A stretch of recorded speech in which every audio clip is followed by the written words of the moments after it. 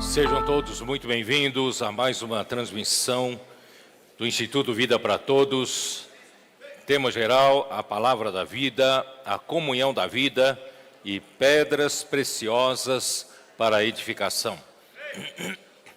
Agora nós entramos nas epístolas de Pedro, chegamos à mensagem número 15.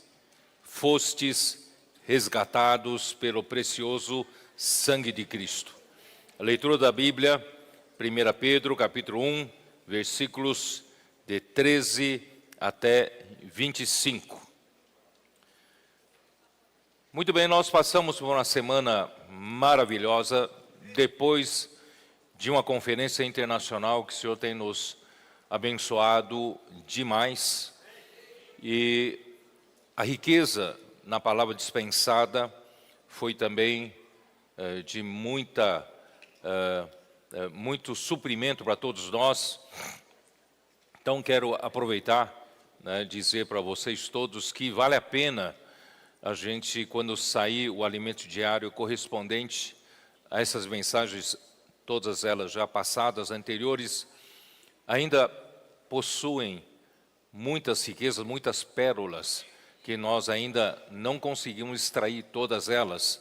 Por isso vale a pena, quando chegar o momento do alimento diário, cada mensagem, vamos aproveitar para aprofundar-nos, para extrair tudo que o Senhor quer falar conosco, porque toda a palavra do Senhor para a igreja é um mandamento, toda a palavra que o Senhor nos dá é uma ordem para nós executarmos.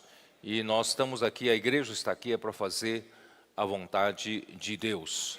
Então, graças ao Senhor pela conferência, e ainda mais essa semana, assim que os irmãos saíram da conferência, logo já foram colocar a palavra na prática. E essa semana muitas coisas aconteceram, e talvez você não tenha conhecimento de todas elas, mas nós temos acompanhado isso, as coisas acontecerem em toda a terra, em todos os continentes. Os irmãos já voltaram, as igrejas saíram, já pregaram o Evangelho, já envolveram nossos adolescentes, até crianças, nossos jovens e também nossos intendentes, irmãos mais maduros. E nós estamos cumprindo a nossa missão de pregar o Evangelho do Reino, porque Mateus 24, 14 diz, e será pregado este Evangelho do Reino para testemunho a todas as nações.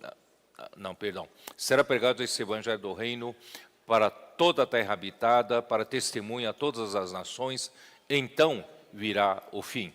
Então, a igreja tem esta responsabilidade de pregar o Evangelho do Reino a toda a terra, para que o reino do Senhor venha um dia mais cedo e ele venha tomar posse da terra, do reino aqui na terra. Então, nós estamos aqui lutando para isso. E ontem, especialmente ontem, nós tivemos depois da live do PAC, tivemos uma saída das mulheres, das igrejas, mulheres conectadas, e não somente das mulheres, mas toda a igreja envolvida, desde os nossos adolescentes, nossos capitães, os jovens capitães, e também os valentes de Davi, e também os intendentes. E houve muitos frutos, tanto é que hoje mesmo de manhã já nós tivemos aqui em São Paulo frutos do Vem Ver, Também um casal que foi apresentado aqui, que está fazendo o CIAP de São Paulo, aqui em Jundiaí. Não sei se vocês sabem da história deles. Esse casal estava passando aqui em frente na rua da Corifeu, na Avenida Corifeu de Azevedo Marques, e ficou curioso que prédio é esse, que será isso. Aí quando foram convidados a entrar, participaram da reunião e logo na semana seguinte já participou do serviço, passaram a servir com os irmãos e hoje, depois de um ano depois, hoje já está no CEAP, né? Então, irmãos, esses milagres estão acontecendo no nosso tempo, não é nosso mérito, o Espírito quer andar rápido, as coisas realmente estão acontecendo de uma forma sobrenatural. E ontem, por exemplo, né, muitos foram, né, visitados, o Evangelho do Reino foi pregado a muitos, e através do Vem Ver, muitas casas foram abertas para receberem, né, a comunhão da vida, e também muitos foram, né, hoje, tenho certeza que muitos estão participando das reuniões das igrejas de várias regiões da terra. E também, né, a igreja em Belo Horizonte teve uma iniciativa de telefonar, né, fazendo missão família, telefonar para todos, pegaram 1000 nomes da central de acolhimento, e foram irmãos e irmãs se concentraram para telefonar. Irmão, não despreze quando alguém deixa um nome para ser contactado, porque em algum momento, certo, o Senhor quer alcançar essas pessoas. Por isso, não vamos desprezar ninguém. Então, telefonaram e tiveram muito fruto, muitas pessoas agradeceram, estavam esperando esse telefonema. Então, irmãos, vamos de todas as formas, né, para ganhar alguns, vamos usar tudo que o Senhor nos deu. Essa é a nossa responsabilidade, né, de pregar o Evangelho aqui na terra e trazer as pessoas para o rebanho de Deus, para preparar todos para a volta do Senhor, né? Então, graças ao Senhor por tudo isso. Eu pessoalmente estou muito alegre, porque estou vendo, irmãos, o Senhor, né, a igreja como esse organismo vivo que está atuando em toda a terra, como como Jesus falou em João capítulo 15, a igreja, na verdade, não é uma instituição religiosa estabelecida, né, como organização humana aqui na terra. A igreja é um organismo vivo, né, de Deus. Deus, então, nos salvou. Quando nós cremos em Jesus, nós ganhamos a vida eterna. E quando nós ganhamos a vida eterna, nós somos inseridos para dentro da igreja. E a igreja é um corpo vivo de Cristo.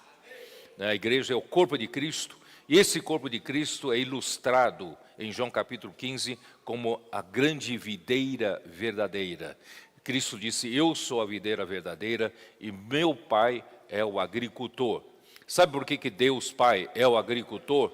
Porque Deus quer plantar semente, Ele é lavrador da terra. Ele quer plantar a sua semente na terra. E que é a terra? Se você olhar para Mateus capítulo 13, não sei se você já ouviu falar da parábola do semeador. Eis que o semeador saiu a semear. E a semente que é semeada ali em Mateus 13, chama-se a semente do reino. Por isso nós pregamos o Evangelho do reino. Deus quer estabelecer um reino aqui na terra. É reino de vida, né? E essa semente cai na terra.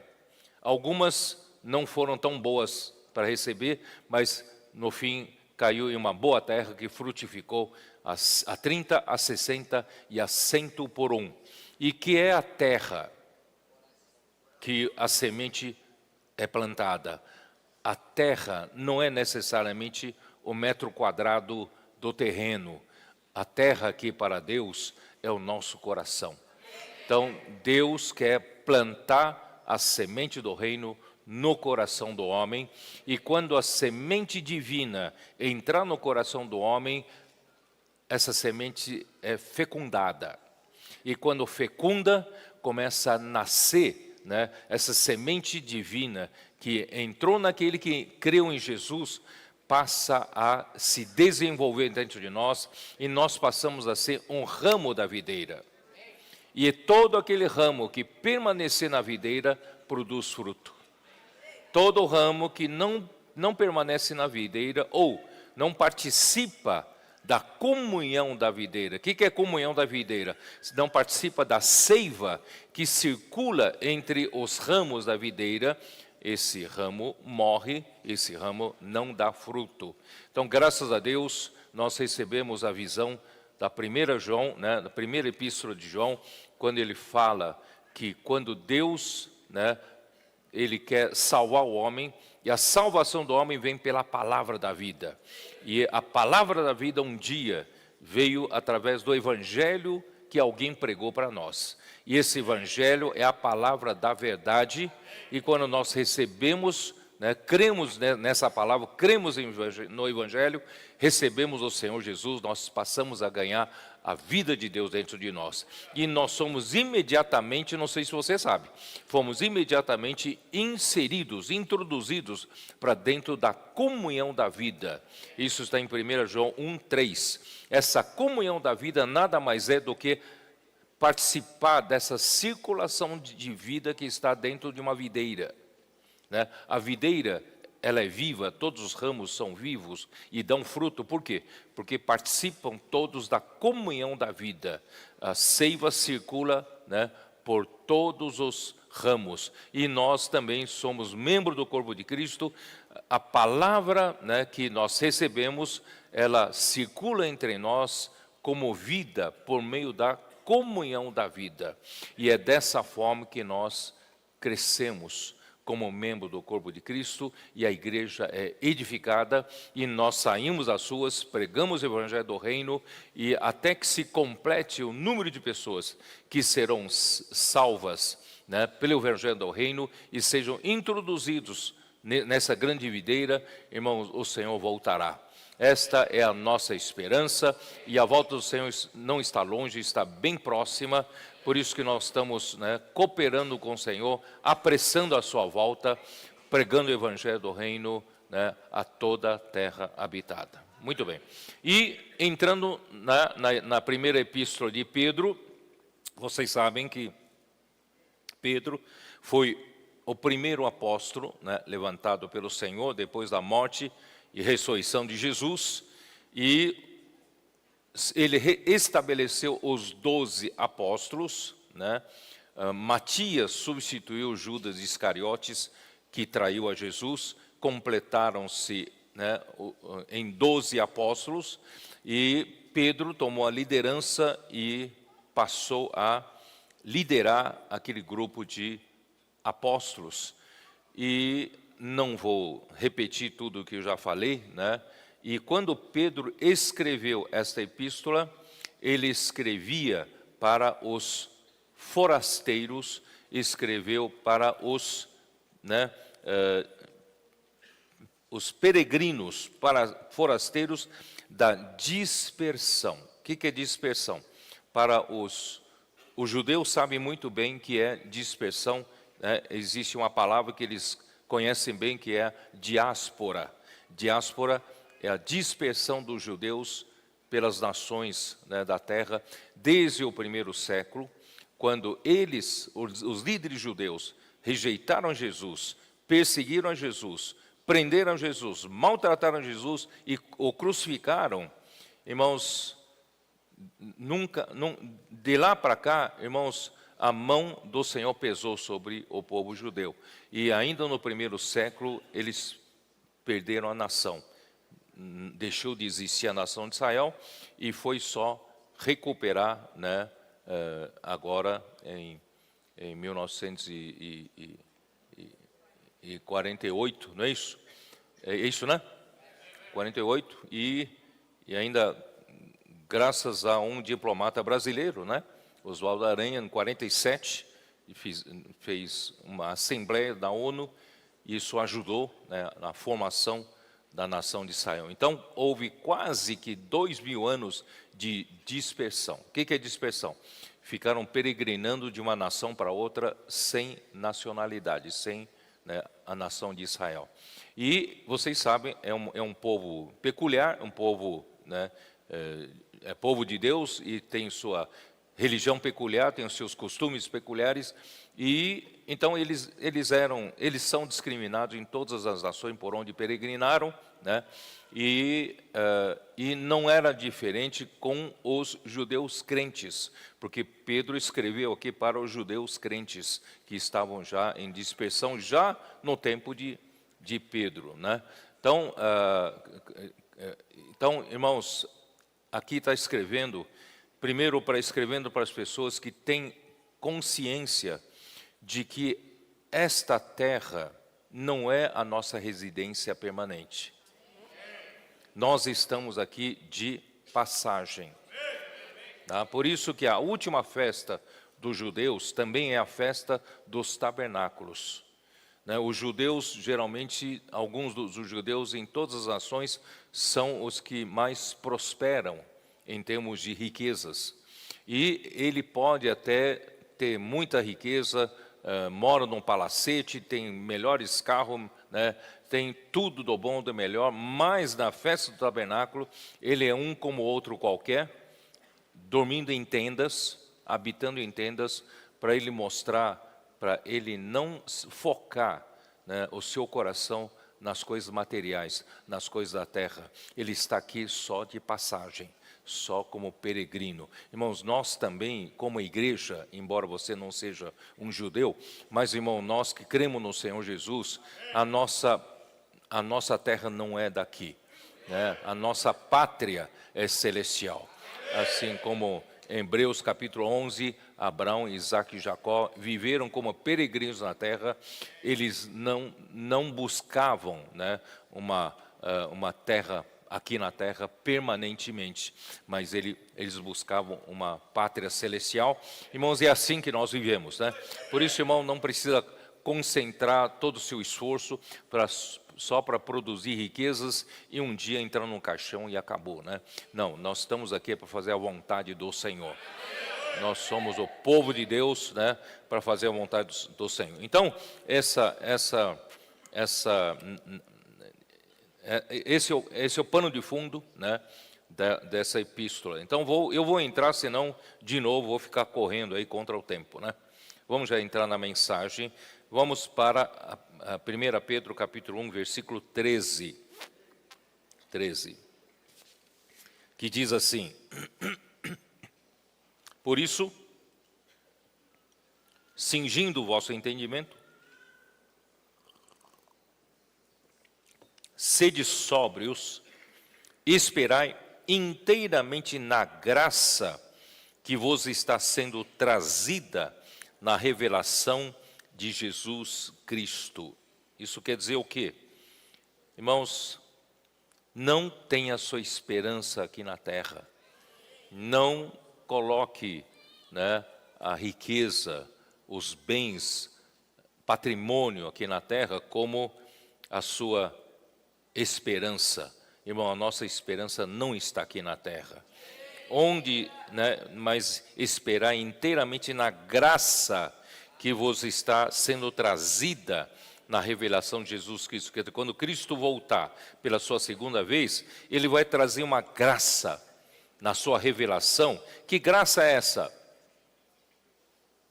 Vocês viram isso, ainda em 1 Pedro 1, aqui. Vamos lá, versículo 3, como diz, 1 Pedro 1.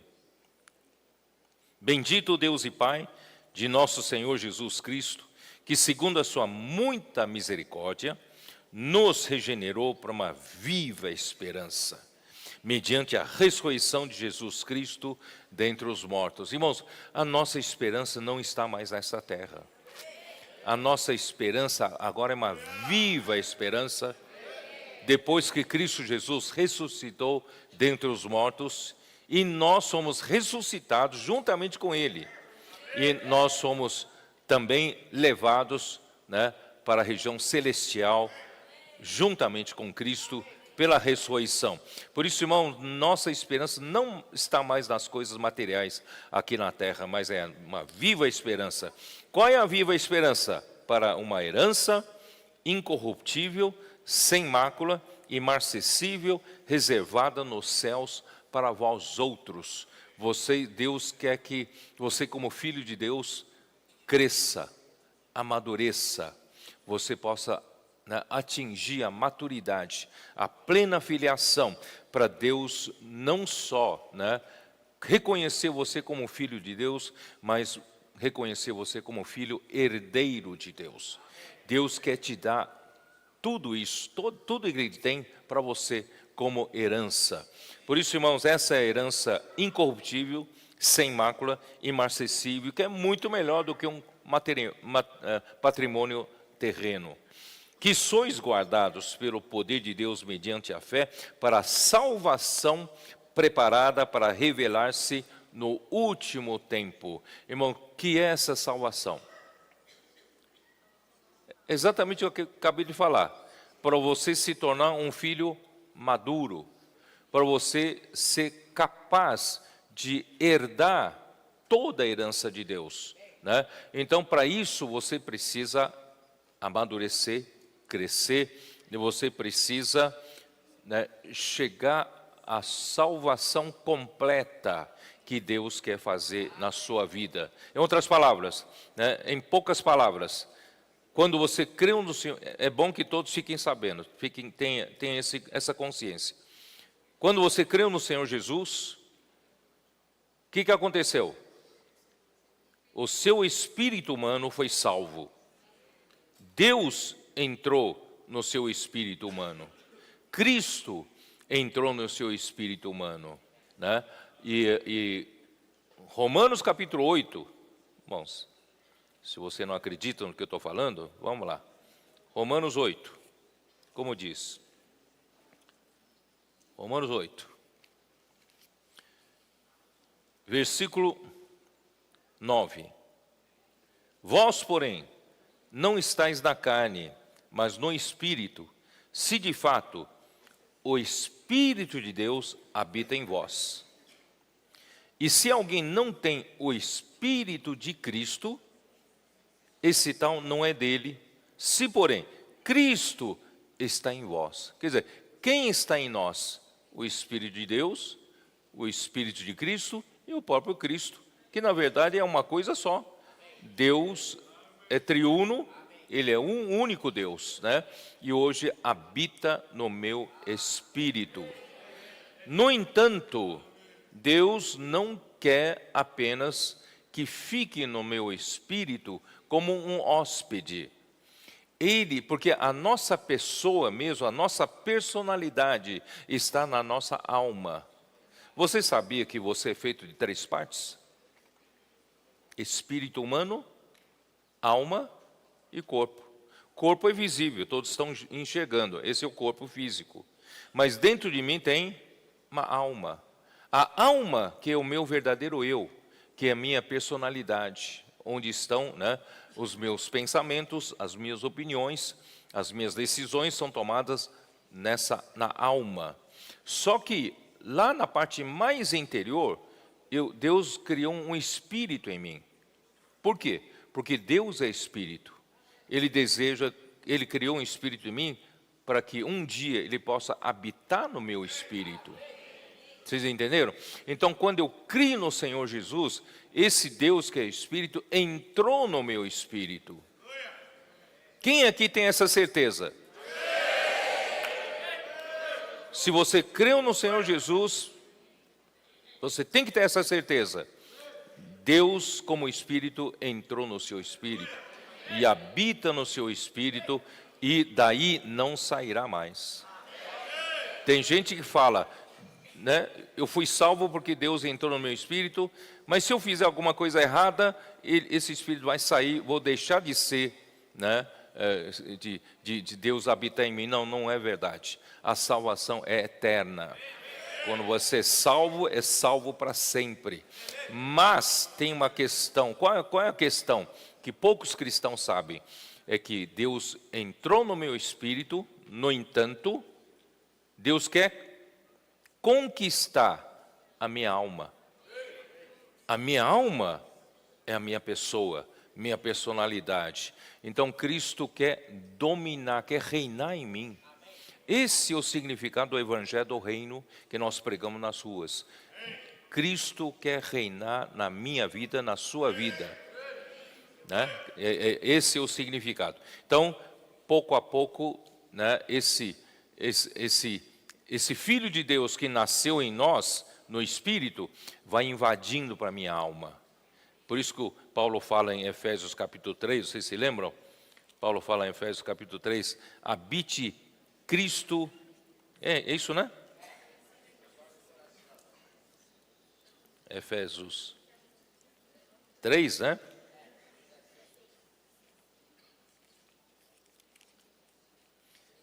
E eu tenho lido pouco o versículo 16.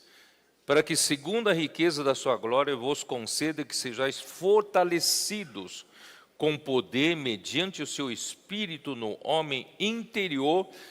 Ele está falando, esse homem interior, irmãos, ele está falando principalmente um homem que é comandado pelo seu espírito humano, onde o Espírito de Deus habita. Então, é como se João falasse, você é um filho de Deus, você creu em Jesus. João capítulo 1, versículo 12, diz o quê? A todos quantos o receberam, deu-lhes o poder de serem feitos filhos de Deus, a saber, os que creram em seu nome. Então, quem creu, Deus deu poder a você, que creu, de ser um filho de Deus. Por quê? Porque Ele te deu a vida eterna. Ele regenerou seu espírito. Então, seu espírito foi regenerado, seu espírito foi salvo. Tá certo? Só que agora Ele quer salvar a sua alma. A sua alma ainda é um tanto natural, um tanto o velho homem. Então Deus, por isso, irmão, precisamos fortalecer o homem interior, fortalecer esse espírito humano e tomando conta da nossa alma, né? E de que maneira? Efésios, puxa vida, eu já desfolhei aqui, peraí. Efésios 3, né? Efésios 3, versículo 16, fortalecendo o meu homem interior, versículo 17. E assim habite Cristo no vosso coração, pela fé, estando vós arraigados e alicerçados em amor. Quer dizer, Cristo não quer apenas ficar como hóspede no seu espírito humano. Que tal você convidá-lo a entrar na sua alma, né? Diga para ele, entra no meu coração, né? Eu quero que o Senhor Cristo também passe a governar a minha mente, emoção e a vontade. E pouco a pouco venha crescer esse Filho de Deus, que foi gerado no espírito humano, possa crescer na alma, né, tomando conta da minha alma e passando a dominar a minha própria personalidade, que Cristo, né, a personalidade de Cristo venha, né, tomar conta da minha própria personalidade. Irmão, isso é tornar você uma criancinha que nasceu na fé, pouco a pouco vai crescendo como filho de Deus e no final se tornar um filho herdeiro. Ainda, isso está em Romanos 8, já que a gente estava lendo Romanos 8, dá uma olhada. Romanos 8, versículo 16. O próprio Espírito testifica com o nosso Espírito que somos filhos de Deus. Ora, se somos filhos, somos também herdeiros, herdeiros de Deus e co-herdeiros com Cristo. Se com Ele sofremos, também com Ele seremos glorificados. Que coisa maravilhosa. Então, você foi salvo, creu em Jesus, não é só para ser um bom cristão, ter bom comportamento e um dia para o céu. Não é esse o objetivo de Deus. Deus quer tomar conta da sua alma. Deus quer, através da salvação do seu espírito, Ele venha promover salvação da sua alma. Enquanto Ele vai salvando a minha alma, você sabe que Ele vai mudando a minha personalidade. Vocês entendem disso ou não? A minha personalidade vai ficando cada vez mais próxima à personalidade de Cristo. A minha mente vai passar a pensar como Cristo pensa. As minhas emoções vão se fortalecendo, porque a emoção do homem é muito frágil, né? E Ele vai fortalecendo a minha emoção como emoção de Cristo. E também as minhas decisões, a minha vontade, vai se tornando como Cristo para fazer a vontade do Pai, a vontade de Deus. Então é isso. Por isso, irmãos, voltando lá para Pedro, né? 1 Pedro 2, né? Aí não expliquei. No versículo 5, né, 1 Pedro 1, 5, ali fala: para a salvação preparada para revelar-se no último tempo. Essa salvação, na vinda do Senhor Jesus Cristo, vai ser revelada. Essa salvação é a sua salvação completa. Quando a sua alma for totalmente salva, que está aqui no versículo 9, mais adiante, né? 9, obtendo o fim da vossa fé, a salvação da vossa alma. Está aqui no versículo 9, tá? Pode ler. 1 Pedro 1, 9. Então, a nossa vida na fé, né, é para buscar a salvação da alma. Quando a alma for totalmente salva, na Bíblia equivale a filiação, equivale a plena filiação, maturidade total. Aí então, irmãos, Cristo, quando voltar, né, Ele vai levar você como vencedor para reinar com Cristo por 1000 anos, e você vai herdar com Cristo todas as coisas que Deus tem, sabe? Então essa é a nossa esperança. Por isso Pedro fala assim, né, cingindo o vosso entendimento. O que é cingir? Por que aqui fala cingir o entendimento? A Bíblia fala muito sobre cingir a mente. Entendimento aqui é a mente. Como é que eu vou cingir a minha mente? O que significa cingir? Naquele tempo, as pessoas usavam aquelas roupas, né, talares, aquelas roupas compridas, né? E você imagina, né, nós andando dentro daquela veste toda solta.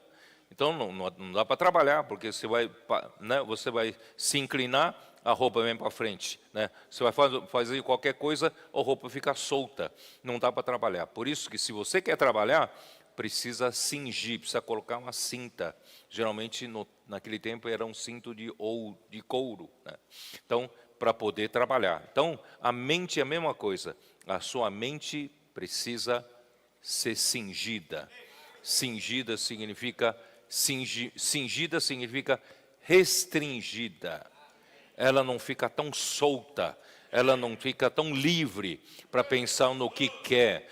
Cristo quer governar a sua mente, tá? Vamos manter a nossa mente cingida, tá?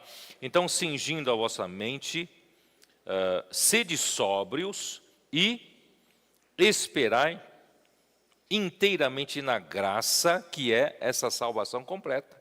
Essa é a nossa esperança, irmãos. Quando é que você liberta, irmão, desse efeito dessa carne, dessa alma caída, né? Minha emoção tão frágil, vira e mexe estou com depressão, vira e mexe estou, né, tô triste, estou angustiado, estou desesperado, né? Irmão, quando é que eu vou me libertar dessa fragilidade toda? É quando a minha alma for salva. Então, essa é a nossa esperança, né? Esperamos inteiramente na graça, que está sendo trazida na revelação de Jesus Cristo. Então, irmão, nós devemos depositar. Eu vou ler na versão King James atualizada, que diz assim: depositai toda a vossa esperança na graça que vos será outorgada ou dada na plena revelação de Jesus Cristo. Quando o Senhor Jesus se revelar na sua segunda vinda, irmãos, essa graça vai ser nos dada, isto é, a nossa plena salvação, a salvação da alma. Aleluia. E qual é a viva esperança? Como é que nós ganhamos uma viva esperança se a nossa esperança só estava nas coisas da terra? A gente só sabia lutar para ganhar mais, né, mais patrimônio, mais bens, mais riqueza aqui na terra. Irmãos, graças a Deus, um dia a nossa esperança mudou de esfera, né? Nossa esperança não está mais aqui na terra. Nossa esperança é viva esperança, né? É mediante a ressurreição de Jesus Cristo. Quando Jesus Cristo ressuscitou, irmão, nossa esperança também mudou de esfera, né? Porque agora nossa esperança está nas coisas celestiais. A ressurreição do Senhor Jesus nos trouxe um novo dia, um novo começo, e na nossa visão, irmãos, foi elevado lá para o céu. Hoje nós vivemos fazendo a vontade do Senhor. Então, a ressurreição de Cristo nos trouxe regeneração, né? E a graça se refere à salvação da alma, a qual significa a salvação completa, salvação do meu espírito, da minha alma e também no meu corpo. E quando será no meu corpo? Quando o Senhor voltar. Ainda Romanos 8, né? Romanos 8, dá uma olhada. Romanos 8. Versículo 23. E não somente ela, mas também nós que temos as primícias do Espírito, igualmente gememos em nosso íntimo, aguardando aqui a adoção de filhos. Irmão, não é adoção. Nós não somos filhos adotivos de Deus. Nós somos filhos gerados por Deus. Somos filhos nascidos de Deus. Por isso que João deixa muito claro na sua primeira epístola, aquele que é nascido de Deus. Irmão, nós nascemos de Deus. Não nascemos do homem, não nascemos da vontade do homem, nem da vontade da carne, mas nós nascemos de Deus. Então, não somos filhos adotivos, mas aqui a adoção de filhos aqui é filiação. É muito difícil de traduzir, por isso que traduzir a adoção de filhos, na verdade, que significa a plena filiação. É quando você alcançar, né, não só, né, posição, não só como filhos, né, nascido de Deus, mas você alcançar o nível de maturidade capaz de herdar, né, ser filho herdeiro de Deus, tá? Então, quando chegar o momento da filiação, irmãos, é a redenção do nosso corpo. Quando Cristo voltar, irmão, sabia que esse corpo aqui, ó, quem crê em Jesus, esse corpo físico será trocado por um corpo da glória, um corpo incorruptível. Por isso aqui fala redenção do vosso corpo. Aí finaliza a salvação completa. Nosso espírito foi salvo no dia que cremos em Jesus. Nossa alma está sendo salva hoje, não é isso? Sendo salva hoje, deixando Cristo tomar conta de nós. E o nosso corpo será salvo quando Cristo voltar. Então nosso ser tripartido, todo o nosso ser será salvo. Essa é a plena salvação de Deus, tá bom? Então vamos lá, vamos continuar. E versículo 14. Como filhos da obediência, não vos amoldeis às paixões que tinhais antes na vossa ignorância, tá?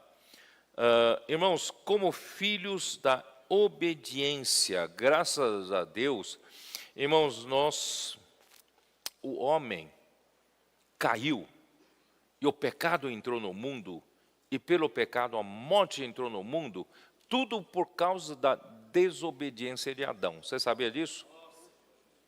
Nós hoje estamos vivendo num mundo pecado, né? Há sofrimentos, angústia, tanta coisa negativa, e tudo isso porque o homem que abriu a porta para o pecado, por causa da desobediência de Adão, por ter comido da árvore do conhecimento do bem e do mal, que Deus disse para não comer, mas o homem comeu. Então o homem, né, através da desobediência, levou, né, todos à queda. Mas graças a Deus, irmãos, hoje, quando nós cremos em Jesus, Deus quer fazer o caminho inverso. Agora, irmão, Deus quer levar para a obediência. Obediência a quê? Obediência à palavra de Deus e obediência a Cristo, tá? Então, como filhos da obediência, somos ou não somos filhos da obediência? Nós estamos, né, indo pelo caminho inverso que Adão tomou, né, porque nós queremos a salvação. Nós não queremos ir para a perdição, nós queremos um caminho inverso para a salvação. Então nós somos filhos da obediência. Não vos amoldeis às paixões que tinhas anteriormente na vossa ignorância. O que são essas paixões? Hein? Em 1 João capítulo 2 nós vimos isso, não? 1 João capítulo 2, versículo 15 diz assim: não ameis o mundo, nem as coisas que há no mundo. Se alguém amar o mundo, o amor do Pai não está nele.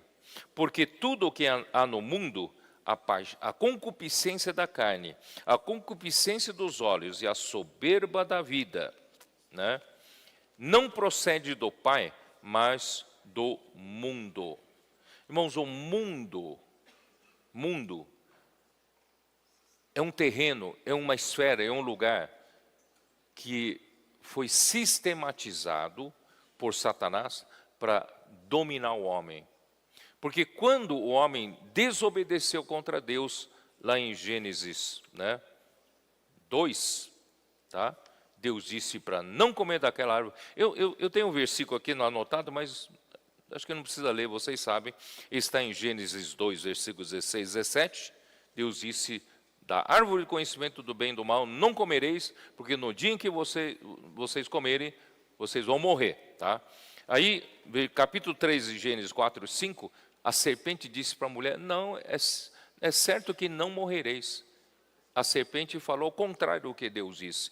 E a mulher foi na conversa da serpente e comeu e desobedeceu contra Deus. Aí toda a tragédia humana vem por causa de uma desobediência.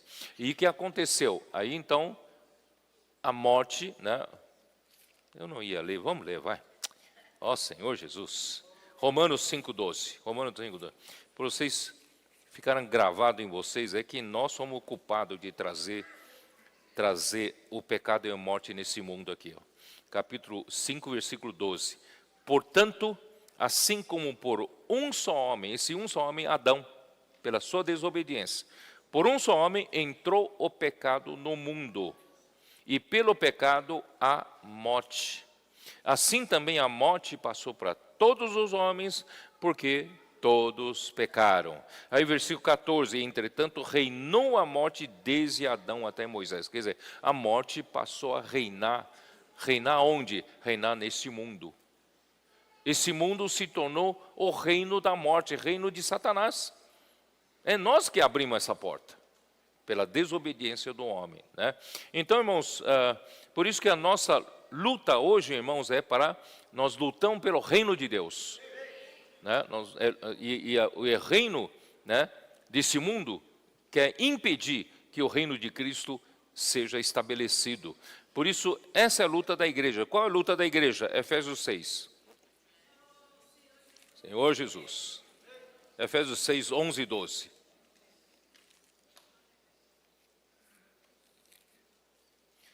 Revesti-vos de toda a armadura de Deus, para poderes ficar firmes contra as ciladas do diabo. Irmão, o diabo usa todo tipo de mentiras e atrações, com suas ciladas, ele quer derrubar você como filho de Deus, que luta contra o seu reino. Ele quer, na verdade, dominar você, Porque a nossa luta não é contra o sangue e a carne, e sim contra os principados e potestades, contra os dominadores desse mundo das trevas, desse mundo tenebroso. Quem são esses dominadores? São os anjos caídos que seguiram ao diabo, a Satanás. E eles estão aqui nos ares. Então, eles dominam sobre essa terra, dominadores desse mundo tenebroso, contra as forças espirituais do mal nas regiões celestes. Então, essa é a luta que nós lutamos. E com que nós lutamos? De um lado, nós nos protegemos com toda a armadura de Deus que é descrita, sabe, no capítulo 13, para frente. Eu não vou ler, você pode ler em casa, mas eu vou ler para você, versículo 17. Tomai também o capacete da salvação, que também é defensiva, para proteger a nós, e a espada do Espírito, que é a palavra de Deus. Então, a nossa única arma de ataque contra o inimigo de Deus, irmãos, é a palavra de Deus, que é a espada do Espírito. Tá? Então, assim, as armas da nossa luta não são carnais, 2 Coríntios 10, 2 Coríntios 10,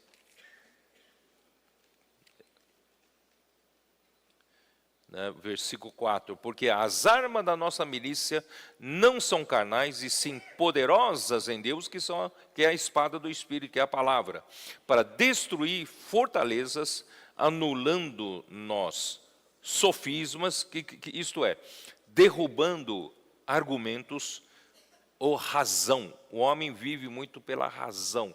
Irmão, nós não vivemos mais pela razão, nós vivemos pelo controle de Cristo. Cristo tem que governar a nossa mente, né? Mas essa razão, o homem lógico, acaba construindo fortalezas para si, né? Então, a palavra de Deus é capaz de derrubar essas fortalezas e toda altivez, né? Onde está? E toda altivez que se levante contra o conhecimento de Deus. Essa altivez aqui é arrogância, né? Orgulho, né? Contra o conhecimento de Deus. O homem acha que ele sabe. O homem acha, por causa da queda do homem, o homem se acha capaz de tudo, não precisa de Deus. Na verdade, irmãos, essa é a arrogância, a soberba, né? Que está na desobediência. Aí, versículo, né? Toda altivez que se levanta contra o conhecimento de Deus e levando cativo todo pensamento à obediência de Cristo. Então, a palavra de Deus como a arma, né, de luta contra o diabo é a palavra de Deus, a espada do Espírito, sabe? Luta para derrubar as fortalezas que tem na nossa mente. Para quê? Para levar o nosso pensamento cativo a Cristo, obediente a Cristo. Então, todo esse trabalho que Deus está fazendo, irmão, levar a nossa mente à obediência de Cristo, tá? Aí, e estando prontos para punir toda a desobediência, uma vez completa a vossa submissão.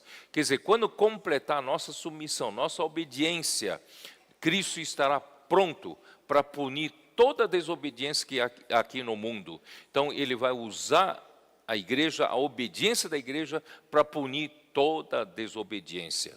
Por isso, veja como é importante a nossa obediência hoje, tá? E Romanos 12, versículo... Vamos lá, Romanos 12.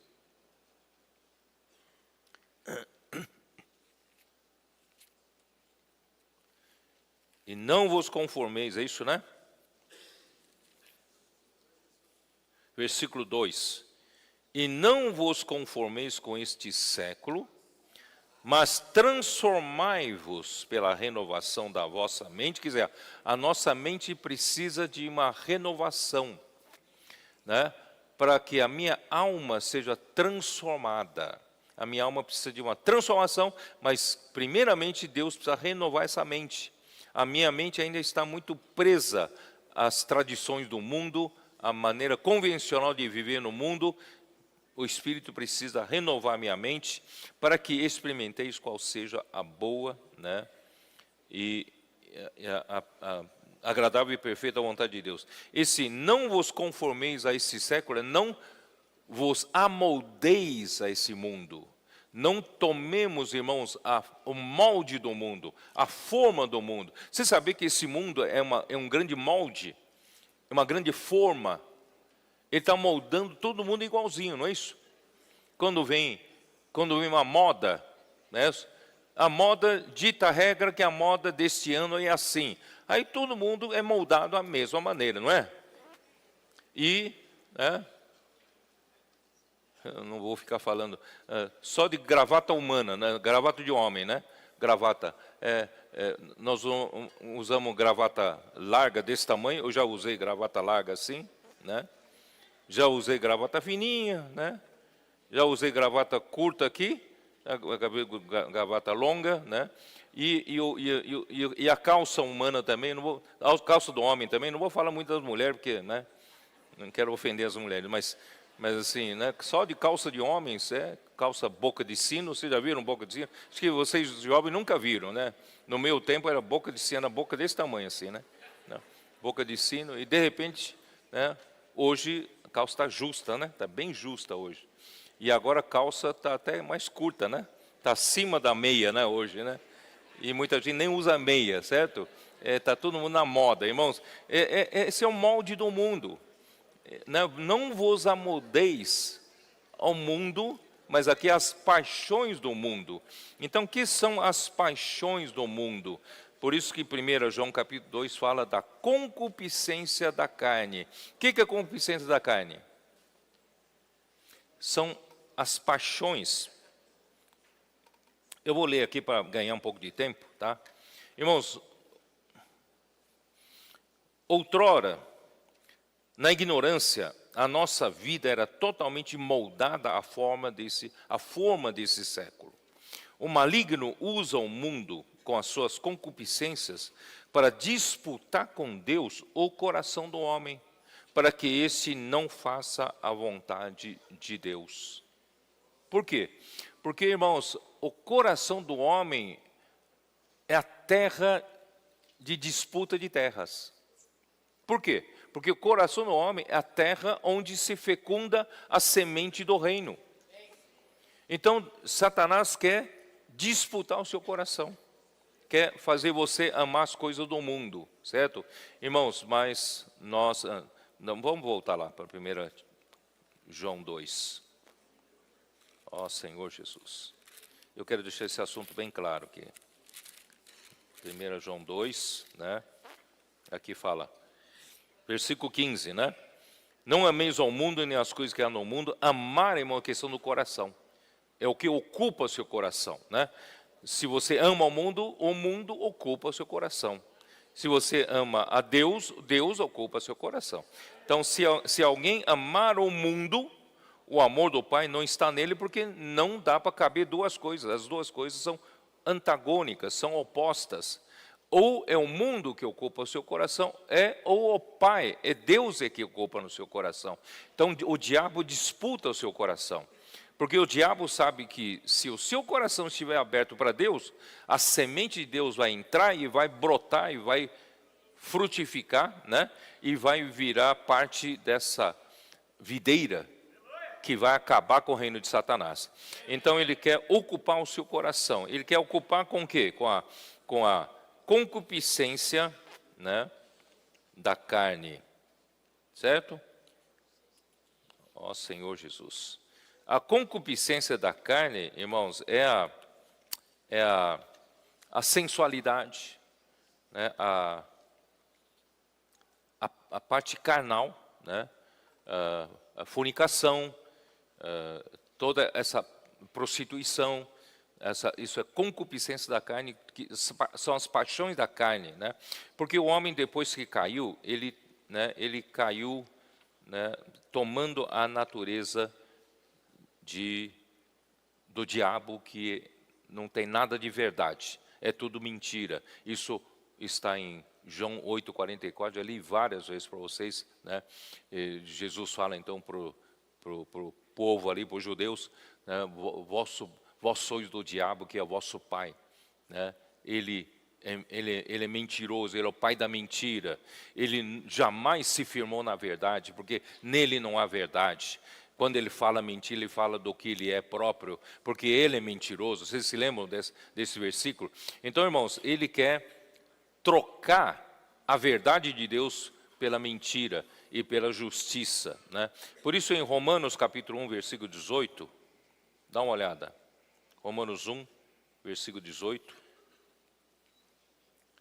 A ira de Deus se revela do céu contra toda a impiedade e perversão dos homens que detêm a verdade pela injustiça.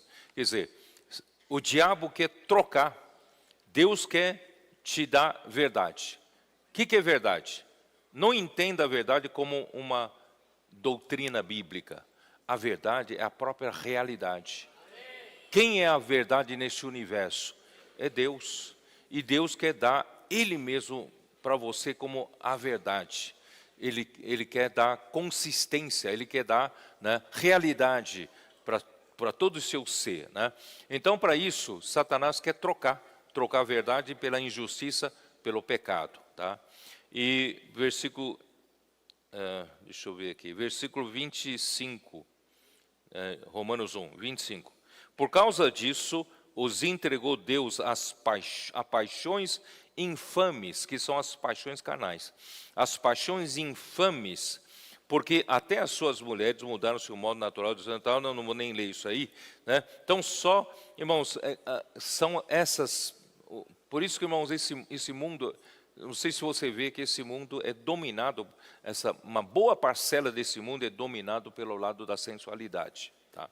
E 1 João 2 também fala das paixões, da concupiscência dos olhos. Que são as concupiscências dos olhos? Hein? Concupiscência dos olhos são bom, antes de ir para a concupiscência dos olhos, eu preciso terminar desse versículo aqui, que eu não li. Romanos 1 ainda, perdão. Romanos 1 ainda, versículo 28 para frente. Eu acho que vale a pena ler isso aqui. E por haverem desprezado o conhecimento de Deus, o próprio Deus os entregou a uma disposição mental reprovável para praticarem coisas inconvenientes, cheios de toda injustiça, malícia, avareza e maldade, possuídos de inveja, homicídio, contenda, dolo e malignidade, sendo difamadores, caluniadores, aborrecidos de Deus, insolentes, soberbos, presunçosos, inventores de males, desobedientes aos pais, insensatos, pérfidos quer dizer desleais, né? Sem afeição natural, quer dizer, nem parece homem, cruel, não tem mínima afeição humana, né? E sem misericórdia, quer dizer, o homem se tornou assim, esse marionete nas mãos do diabo, e essa é a natureza do pecado que escraviza o homem caído, está em Romanos capítulo 7, já lemos isso. Portanto, irmãos, não se trata de mero ensinamento para mudar o comportamento, mas sim é viver pela vida de Deus, né, por causa da regeneração, né, do novo nascimento que nós ganhamos, uma nova vida, com a vida santa de Deus. Irmãos, vamos voltar lá para 1 Pedro, senão vocês não vão entender o que eu estou falando. Então, como filhos da desobediência, versículo 14, não vos amoldeis às paixões que tinhas anteriormente na vossa ignorância. A gente vivia na ignorância, a gente estava amoldados, né, às paixões do mundo, mas agora não, né? Pelo contrário, segundo é santo aquele que vos chamou, tornai-vos santos também, vós mesmos em todo o vosso procedimento, porque escrito está: sede santos, porque eu sou santo. Aqui não está falando assim, vamos daqui para frente mudar de comportamento, né? Vamos deixar essas coisas ruins que eu acabei de ler, né? Vamos deixar isso de lado, vamos começar a praticar o bem, vamos começar a amar uns aos outros, e você sabe que você não consegue. Você não tem poder para isso, tá? Só que quem vai te dar poder para viver uma vida santa como Deus é santo? É a própria vida de Deus, certo? Eu não disse que se você joga um patinho no lago, certo? A vida do pato ensina ele a nadar. Por que eu estou falando do patinho? Porque na estância, né? Na estância surgiram os gansos ali, vocês sabem, tem bastante ganso, quem esteve lá, né? Bastante ganso. E é tempo de nascer filhotinho, sabiam disso? E de vez em quando sai uma mãe ou pai ali, sai um monte de filhotinho atrás. No primeiro dia tinham 8 filhotinhos, mas chegam no dia seguinte, ficam só 4. Né? Não sei se os predadores comeram, se o gavião pegou alguma coisa, né? E aí, né, a minha filha pegou esses filhotinhos para cuidar em casa. Então, na minha casa está cheio de filhotinho de ganso, né? E os gansinhos, você não precisa ensinar a nadar. Por quê? Porque a vida lhes ensina a nadar. Porque eles têm vida de ganso. Então, eu costumo falar isso. Como eu posso viver uma vida santa? Basta eu viver pela vida santa de Deus que Deus me deu. Se eu continuar vivendo pela minha vida do homem natural de antes, na ignorância, eu vou continuar cometendo aquela toda sorte de injustiça. Mas se eu passar a viver pela vida santa de Deus, eu automaticamente vou viver uma vida santa. Então, depende de por que vida você quer viver. Você sabia que você, depois de ser cristão, depois que você recebeu o Senhor Jesus, você tem duas vidas dentro de você. Sabia disso ou não? Você tem duas vidas. Mas você tem só um corpo para viver essa vida. Então, há uma disputa dentro de você. Por que vida você vai viver? Há sempre essa disputa. O diabo quer que você viva pela vida segundo os moldes das paixões do mundo. Mas Deus quer que você viva pela vida santa de Deus. Então, por que vida você quer viver? Você que escolhe. Você que faz a escolha. Escolha ou a vida ou a morte. Né? Eu já falei isso na instância. Ou a vida ou a morte. Ou a bênção ou a maldição. Irmãos, como escolher a vida? Tá bom, eu resolvo escolher a vida. Como é que você vai fazer? Na prática. Irmãos, o único que nos transmite a vida, para nos dar poder para viver por essa vida, irmãos, é viver na comunhão da vida, recebendo a palavra da vida. A seiva da videira vai fazer com que os ramos deem fruto da videira. Né? Então, se eu não viver pela seiva da videira, ligado à videira, permanecendo na videira, irmãos, eu vou viver a outra vida. E não é isso que Deus quer, tá? E quem que manda, quem que decide em mim, por qual vida eu quero viver? É a minha mente. A mente é uma chave. Vocês já viram aquela chave de... Antigamente, como é que é? É que tem uma chave comutadora que você pode ou ligar num ponto ou ligar no outro ponto, não é isso? Então, a sua mente, você pode ligar para a vida de Deus ou ligar para a sua vida natural, onde o diabo domina. Então, é a sua mente, ou é carne ou espírito. Então, a sua mente, você que decide. Então, quando você põe a sua mente nas coisas do Espírito, você vai colher vida e paz. Isso está em Romanos 8 também. Olha como é importante Romanos 8. Chega em casa e lê Romanos 8 inteiro, né? Então, você põe a mente no Espírito, você vai colher vida e paz. Se você... Chave? Ah, chave faca. Ah, é?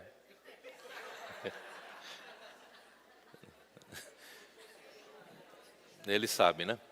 Então, ou você pende para um lado ou pende para o outro lado. E como vou pender a minha mente no Espírito? Irmãos, é ir para a palavra. A imersão na palavra, né?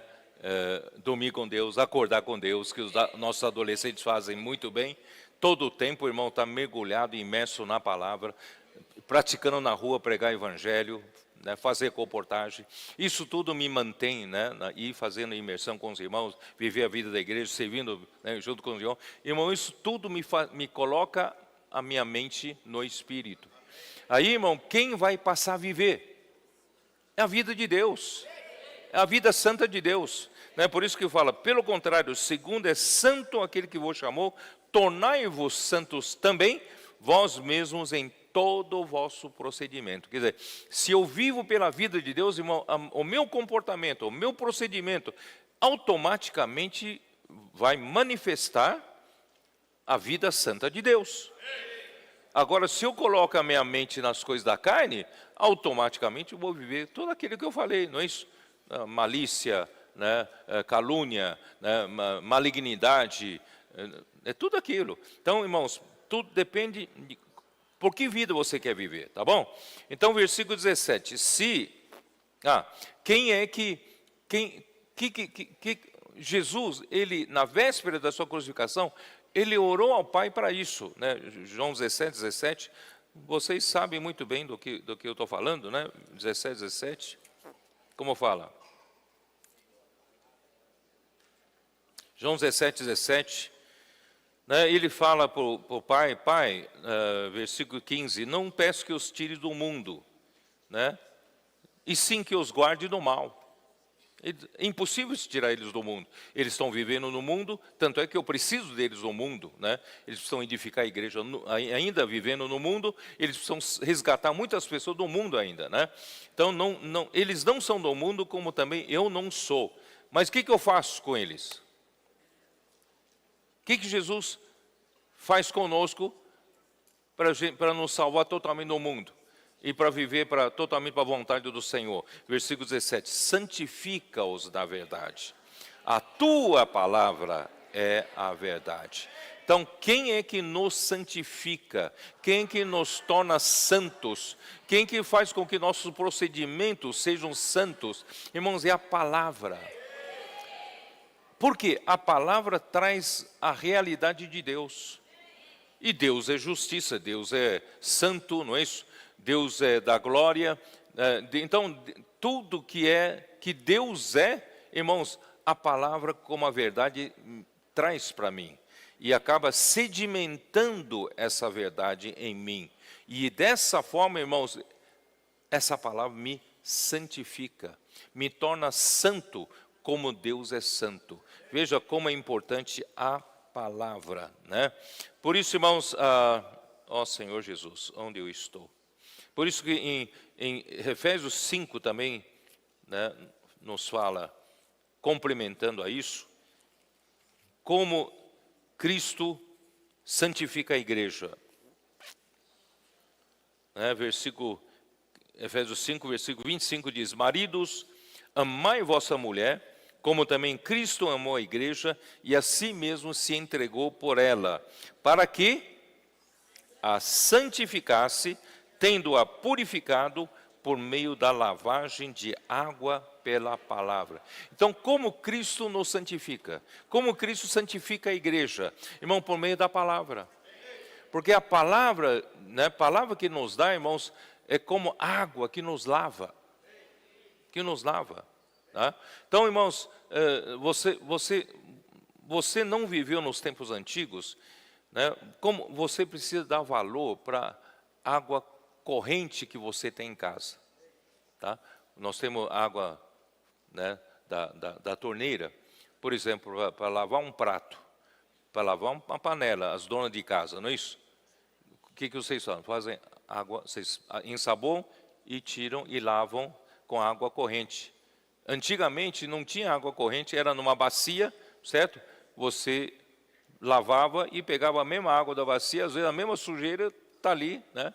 Então não tem água corrente, mas graças a Deus, irmãos, que a palavra da vida que circula entre nós como a comunhão da vida é um líquido corrente, é um líquido dinâmico, né, que vai nos trazendo, né, trazendo a vida de Deus, a natureza de Deus, e tirando de nós, irmão, a nossa vida na ignorância, a nossa natureza do homem caído, né, o pecado, morte, tudo vai saindo. Então, é por meio dessa lavagem de água é que nós somos santificados. A igreja é santificada, né? Tá bom? Ó Senhor Jesus. Então, esse é o significado de ser santo, né, como é santo nosso Deus. E, irmãos, versículos 17 a 19, vamos lá. Ora, se invocais como Pai aquele que tem, sem acepção de pessoas, julga segundo as obras de cada um, portai-vos com temor durante o tempo da vossa peregrinação, sabendo que não foi mediante coisas corruptíveis, com prata ou ouro, que fosses resgatados do vosso fútil procedimento, que vossos pais vos legaram, mas pelo precioso sangue, como de cordeiro, sem defeito e sem mácula, o sangue de Cristo. Irmãos, o que quer dizer isso? O que quer dizer isso? Irmão, Deus nos comprou. Nós precisamos ter essa consciência, essa ideia na cabeça. Irmãos, nós não somos apenas, por minha vontade, eu quero viver como cristão. Eu não quero, já cansei de viver como cristão. Não, você não tem essa liberdade. Você foi comprado por Deus com alto preço. É com sangue precioso de Cristo. Tá? Eu vou mostrar para você como esse sangue é precioso. E com esse sangue precioso, Deus nos comprou para que, né, para nos resgatar daquela maneira fútil que nós vivíamos. Que maneira fútil? Aquela maneira vã, aquela maneira inútil, né? Não produzia nada, tá? Então, o Senhor, aquela vida vazia e sem sentido que os nossos pais nos negaram. Irmão, se nós vivêssemos do jeito que nossos pais nos geraram como homens caídos, pecadores, e continuássemos vivendo daquela maneira, irmãos, nós, né, nunca íamos sair daquilo. Mas graças a Deus, Ele nos resgatou disso. Nossa vida era totalmente sem sentido, né? Era vazia. Por isso que muitas pessoas nós contactamos na rua, né? Tá aí a minha vida, não faz sentido a minha vida. Às vezes tenho vontade de até tirar a minha vida, porque não faz sentido a minha vida. Porque o homem não vê, né? Não vê como sair dessa vida vazia, essa vida fútil. Mas graças a Deus, irmãos, Deus nos tirou, Deus nos resgatou, né? Daquela maneira sem sentido de viver, né? Com quê? Não foi com prata, nem com ouro. Não foi com preço baixo. Ouro é valoroso. Mas, irmão, nem foi com ouro. Foi com precioso sangue de Cristo. Por isso, irmãos, ó Senhor Jesus, o preço pago, né, por Ele foi muito elevado. Por que muito elevado? Por que esse sangue é tão precioso assim? Você saberia me dizer? Por que é tão precioso? Porque nesse universo não há segundo homem capaz de nos resgatar, ainda que morresse por nós, desse seu sangue por nós. Não há segundo homem, tá? Então Cristo morreu por nós como um Cordeiro de Deus. Só Ele é o Cordeiro de Deus. João capítulo 1, versículo 19, como diz?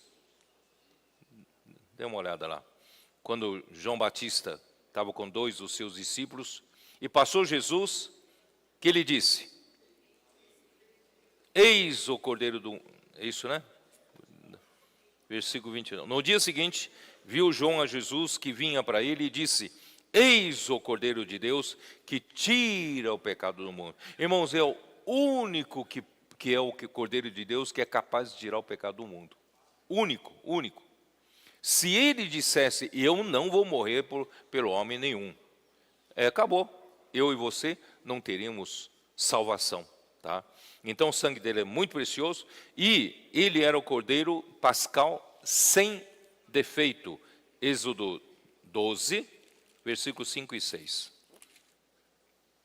O Cordeiro será sem defeito, macho de 1 ano, podereis tomar um cordeiro ou um cabrito, e o guardareis até o 14º dia deste mês, e todo ajuntamento da congregação de Israel o imolará no crepúsculo da tarde. Então, Cordeiro da Páscoa tinha que ser sem defeito e sem mácula. Eu pergunto, qual homem que Deus poderia encontrar na terra sem defeito e sem mácula? Não há segundo homem. Por isso, irmãos, o sangue que derramou por nós é o único que poderia derramar sangue por nós. E não só isso, 1 João, né, capítulo 1, versículo 7, né, o que ele fala?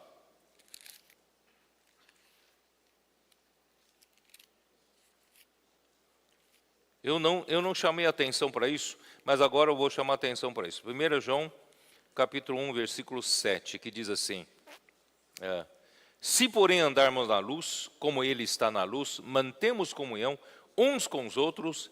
Presta bem atenção aqui agora. E o sangue de Jesus seu Filho, nos purifica de todo pecado. Filho de quem? Seu filho quem? Filho de quem? Jesus, Filho de Deus. Irmão, só um que veio, que é Filho de Deus e se encarnou, se tornou esse Cordeiro de Deus para nos tirar o pecado. Então, o sangue dele é sangue de Jesus, o Filho de Deus. Então, não há segundo homem que tenha essa qualificação. Vocês entenderam? E por isso, irmãos, o seu sangue foi capaz de realizar a nossa eterna redenção. Isso está em Hebreus capítulo 9. Dá uma olhada. Versículo 9, capítulo 9, versículo 12. E não por meio de sangue de bodes e de bezerros, mas pelo seu próprio sangue, entrou no Santo dos Santos uma vez por todas, tendo obtido eterna redenção. Irmão, não há segundo homem com seu sangue seria capaz de nos dar a eterna redenção. E sequer poderia nos tirar o pecado. Por isso, irmão, seu sangue é precioso. Cada gota desse sangue é precioso. Irmão, nós temos que agradecer ao Senhor, porque Jesus, Ele se rebaixou. Ele mesmo se rebaixou. Ele veio se tornar um homem. Filipenses 2, ele não só, né, ele se humilhou e assumiu a forma de um servo. Veio aqui para nos servir. Ele não veio, né, exigindo tapete vermelho, não. Ele veio como um servo para nos servir. E ele tornou-se obediente a Deus e obediente até a morte. E morte de cruz. Irmãos, esse é o nosso Senhor que morreu por nós, né? E vamos voltar lá. 1 Pedro, tá? Onde eu estou aqui, ó. Versículo 20. Conhecido com efeito antes da fundação do mundo, porém manifestado no fim dos tempos por amor de vós, que por meio dele tendes fé em Deus, o qual o ressuscitou dentre os mortos e lhe deu glória, de sorte que a vossa fé e esperança estejam em Deus. Irmãos, você sabia que esse Cordeiro de Deus foi conhecido antes da fundação do mundo?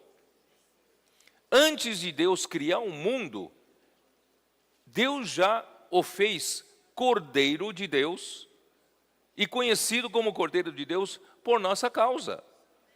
Sabia disso ou não? Não é que depois que nós pecamos é que Deus o fez Cordeiro de Deus, mas ele já antes da fundação do mundo já foi, né, conhecido como Cordeiro de Deus, tá?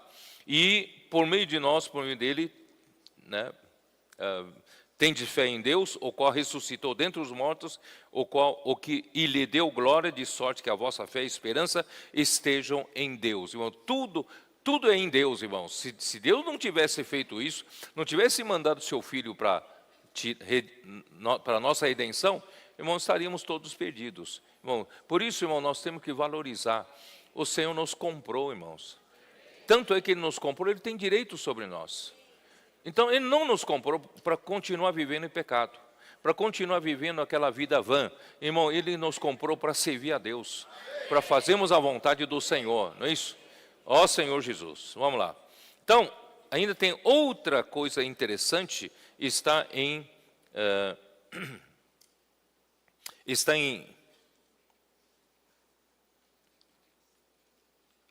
Apocalipse 13, 8. Dê uma olhada, Apocalipse 13, 8. Ele não só como Cordeiro de Deus foi conhecido antes da fundação do mundo, mas no versículo 8 diz assim: e adorá-lo-ão todos os que habitam sobre a terra, aqueles cujos nomes não foram escritos no livro da vida do Cordeiro que foi morto desde a fundação do mundo. Ué, aqui fala que o Cordeiro de Deus, Jesus, foi morto desde a fundação do mundo. Não foi morto no tempo que ele foi crucificado. Para Deus, ele já fora morto desde a fundação do mundo. Irmão, como é que pode acontecer isso? Como é que ele pode acontecer que Cristo, como Cordeiro de Deus, fora morto desde a fundação do mundo? Como pode acontecer isso? Porque Deus é um Deus que está fora do tempo. Isaías 57 fala o quê? Deus habita onde? Isaías 57, versículo 15. Como diz? É isso, né? Onde eu estou? Versículo 15 é: porque assim diz o alto, o sublime, que habita a eternidade, tá? O qual tem o nome de santo. Habito no alto e santo lugar, mas habito também no, com contrito e abatido de espírito, para vivificar os abatidos e vivificar o coração dos contritos. Então, nosso Deus é um Deus que habita a eternidade. Quem habita a eternidade, ou quem habita na eternidade, não está sujeito ao tempo. Está fora do tempo. E quem está fora do tempo, ele pode entrar no tempo no instante que quiser. Não sei se vocês entenderam. Se Deus está na eternidade e o tempo aconteceu aqui, tá? Ele pode entrar em qualquer momento do tempo, entrar e sair no tempo, não é isso? Mesmo que não tenha no tempo ainda acontecido, ele já tem acesso. Ele tem acesso o dia de amanhã seu. Eles têm acesso ao seu coração daqui a um ano. Ele tem acesso. Entendeu? Então, nosso Deus, para ele, o Cordeiro de Deus já tinha sido morto desde a fundação do mundo. Por que Deus tem que considerar Cristo como morto desde a fundação do mundo? Por quê? Você sabe por quê?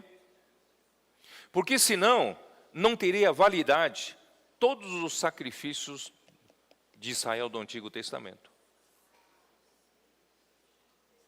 Aquele animal que foi morto no dia, como cordeiro pascal, aquele cordeiro que foi morto, na verdade, só tinha eficácia o seu sangue, porque Cristo é o Cordeiro de Deus que foi morto desde a fundação do mundo.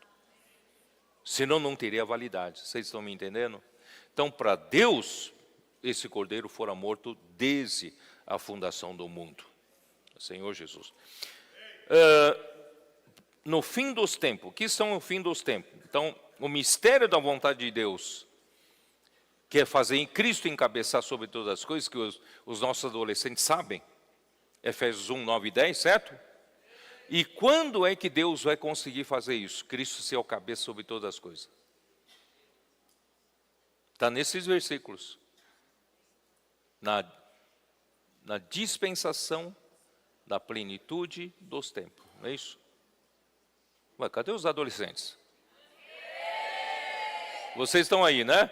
Então, qual é o mistério da vontade de Deus? Deus quer fazer Cristo encabeçar sobre todas as coisas. Deus quer que Cristo governe, seja o cabeça sobre todas as coisas. Mas ele vai executar durante o quê? Durante o tempo. Durante a dispensação da plenitude dos tempos. O que é esse termo tão complicado? O tempo existe para Deus executar essa vontade. E o tempo já existiu há muito tempo. E nós estamos no tempo que está correndo, não é isso? Irmão, nós estamos quase no final dos tempos. Você sabia disso ou não? Já houve o Velho Testamento, já houve a geração da igreja no dia de Pentecostes, já se passaram mais 2000 anos da história da igreja. Irmãos, está na hora do Senhor voltar. Então a sua vontade precisa ser feita. Então, enquanto o tempo corre, tic-tac, cada segundo, irmão, o tempo corre, é para fazer isso, para executar essa vontade. E qual é a execução dessa vontade? É Cristo encabeçar todas as coisas. O que é Cristo encabeçar todas as coisas, irmão? Evangelho do Reino. Quanto mais você prega o Evangelho do Reino, você está encabeçando Cristo na vida das pessoas. E nós também estamos deixando Cristo governar a nossa mente, emoção e vontade? É isso que está acontecendo, ou não é isso mesmo que está acontecendo? Irmãos, graças a Deus que o tempo serve para isso, para fazer a vontade de Deus, né? E você sabe se localizar no tempo? Onde nós estamos? Nós estamos na era da igreja. Já passou a era de Israel, era da nação de Israel, certo? Foi interrompida a história de Israel, sabia disso? Foi interrompida quando iniciou a história da igreja. Então, estamos na história da igreja. E a história da igreja vai ter um fim. Terminamos essa era. Quando terminamos essa era, entra de novo a história de Israel, sabia? A história de Israel volta a correr, mas é só por uma semana de anos. Só por 7 anos. E quando, no meio de 7 anos, o anticristo quebra a aliança e profana o templo, que será reconstruído, e aí virá a grande tribulação. Eu espero não estar lá nesse tempo. Quero ser arrebatado antes. Aí quando terminar a grande tribulação, irmãos, Cristo voltará. Quando Cristo voltar, vai iniciar uma outra era. Qual é a era? Não sabe ainda? Ainda faz parte do tempo. Era dos 1000 anos. Era do reino milenar. Então, você percebe que nós estamos no final da era da igreja, pertinho já desses 7 anos que volta a contar a história de Israel, e quando termina esses 7 anos, Cristo voltará. E quando Cristo voltar, vai começar o reino milenar. Tem mais 1000 anos, ainda dentro do tempo. E quando terminar os 1000 anos, o que vai acontecer? Satanás será solto, provocará a última rebelião, e no fim ele vai ser lançado para dentro do lago de fogo definitivamente. Até o último inimigo é a morte. Irmão, daí termina o tempo porque Cristo encabeçou sobre todas as coisas. E quando terminar o reino milenar, Cristo encabeçou todas as coisas, Cristo vai entregar esse reino a Deus. E Deus Pai será tudo em todos. Aí não precisará mais do tempo, porque a vontade de Deus já foi executada. Vocês entenderam? A partir daí, irmãos, não é mais tempo, daí para frente é eternidade. Novo céu, nova terra, nova Jerusalém. Por isso, irmão, nós estamos no final da era da igreja. Irmão, vale a pena lutar. Vale a pena não viver para esse mundo. Vamos viver pela vontade do Senhor. Tá? Ó Senhor Jesus.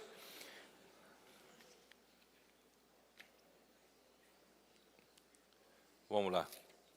Eu não sei como é que eu consigo terminar rápido aqui. 1 Pedro, vamos lá para o 1 Pedro, vamos lá. Versículo 22. Tendo purificado a vossa alma pela vossa obediência à verdade, tendo em vista o amor fraternal não fingido, amai-vos de coração uns aos outros, ardentemente, pois fostes regenerados, não de semente corruptível, mas de incorruptível, mediante a palavra de Deus, a qual vive e é permanente. Irmãos, aqui está falando, vocês foram comprados por alto preço, por um sangue que é preciosíssimo, porque não há segundo homem nesse universo capaz de redimir você para Deus. E então, irmãos, nós fomos comprados com o preço mais alto desse universo. Então vamos viver uma vida santa como Deus é santo. Vamos viver uma vida santa. E essa vida santa não é somente para eu e você dizer, eu sou um crente justo e santo, eu não erro, eu não peco. Não, não é isso. É para quê? Viver uma vida santa aqui na terra é viver a vida da igreja. Por isso ele logo fala no versículo 22, irmãos, Deus quer dessa vida santa produzir o amor. O objetivo final de Deus, irmãos, é produzir o amor. Não é de cada um de nós orgulhosamente um dia na eternidade falar, vivi uma vida santa, eu vivi uma vida justa. Não. Deus quer ver a edificação. Deus quer ver o corpo de Cristo, né, edificado com amor. E para isso, irmãos, essa vida santa nos supre com a santidade e com a verdade, e principalmente nos supre com o amor. Porque, na verdade, irmãos, traz o próprio Deus, que é a própria realidade do amor. Porque Deus é amor.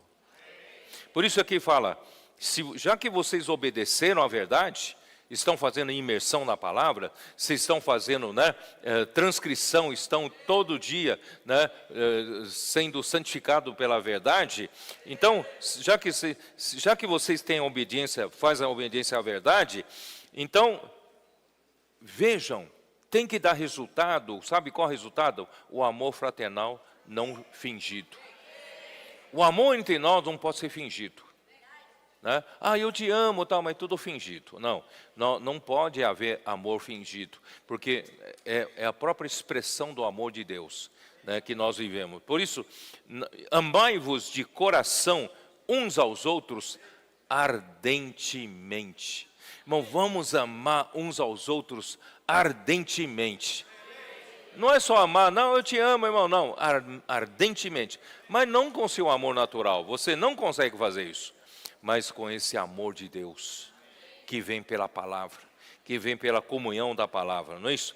Por isso ele fala, porque fostes regenerados, não de semente corruptível, mas de semente incorruptível. Que semente incorruptível é essa? Irmãos, é a palavra do reino, é a palavra de Deus, a qual vive e é permanente. Agora, essa palavra aqui, olha, a palavra do versículo 23 aqui, essa palavra é a palavra rema.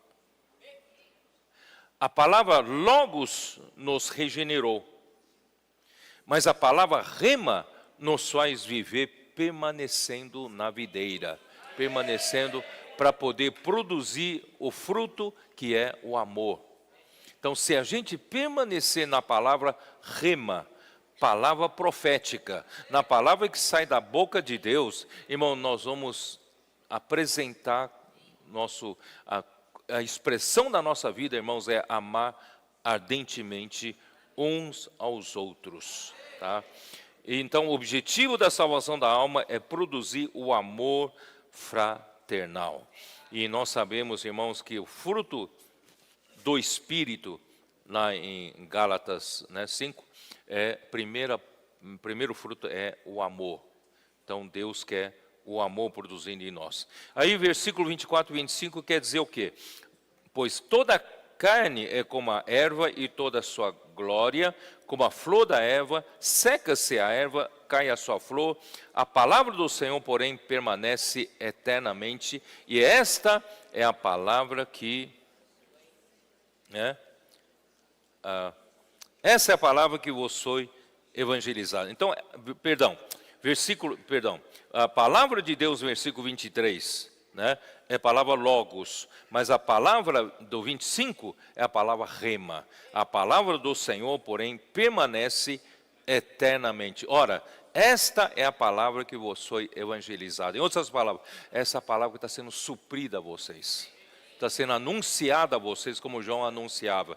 E essa palavra é capaz de você viver uma vida santa, capaz de fazer você viver uma vida de amor fraternal, amor não fingido, mas amor ardente de uns para com os outros. Aí então Pedro mostra para nós, irmãos, que adianta a gente continuar vivendo para a carne, ainda buscando a sua vontade, buscando riquezas, buscando patrimônio, buscando fama, né, posição, poder nesse mundo. Irmão, no máximo, você é como uma erva. A sua vida, por mais que você viva 90 e poucos anos, 100 anos que seja, irmãos, ainda é uma vida de uma erva, que hoje nasce, amanhã morre, é ou não é? E aquilo que você conquistou, de fama, de dinheiro, né, de poder, irmão, não passa da flor da erva. E um dia, essa erva morre e a sua flor cai. Quer dizer, e ninguém vai se lembrar mais de você. Você entendeu? Então não construa nada para você nessa terra. Irmão, vamos fazer a vontade de Deus. Porque aquele que faz a vontade de Deus, irmão, permanece eternamente, porque a palavra do Senhor permanece eternamente. Essa é a palavra que está sendo evangelizada, está sendo nos suprida, semana após semana. Por isso, irmão, nós estamos no melhor lugar. Irmão, lugar que vale a pena viver. Não, um dia você vai entender o que eu estou falando, irmãos, porque o Senhor nos comprou com alto preço. Precioso sangue de Cristo. Amém. É isso que eu tinha que falar. Amém.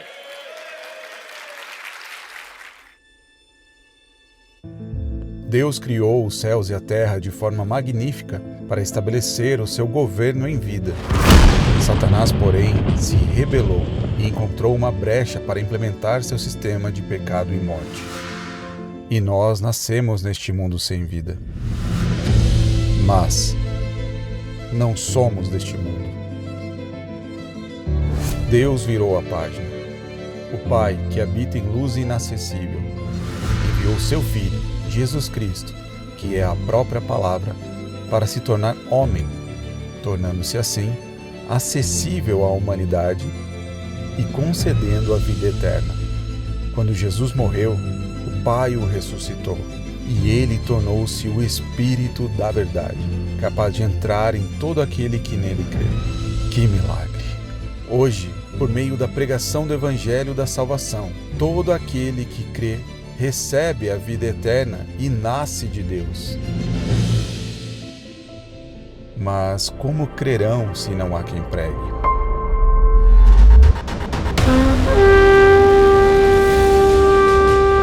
O SEAP gera comportores, verdadeiros guerreiros que lutam contra o reino das trevas.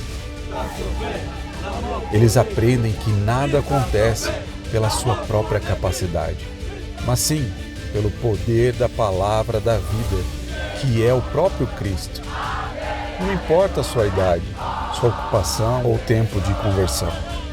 Hoje, Deus te chama para servir. No SEAP, você é aperfeiçoado na pregação do Evangelho.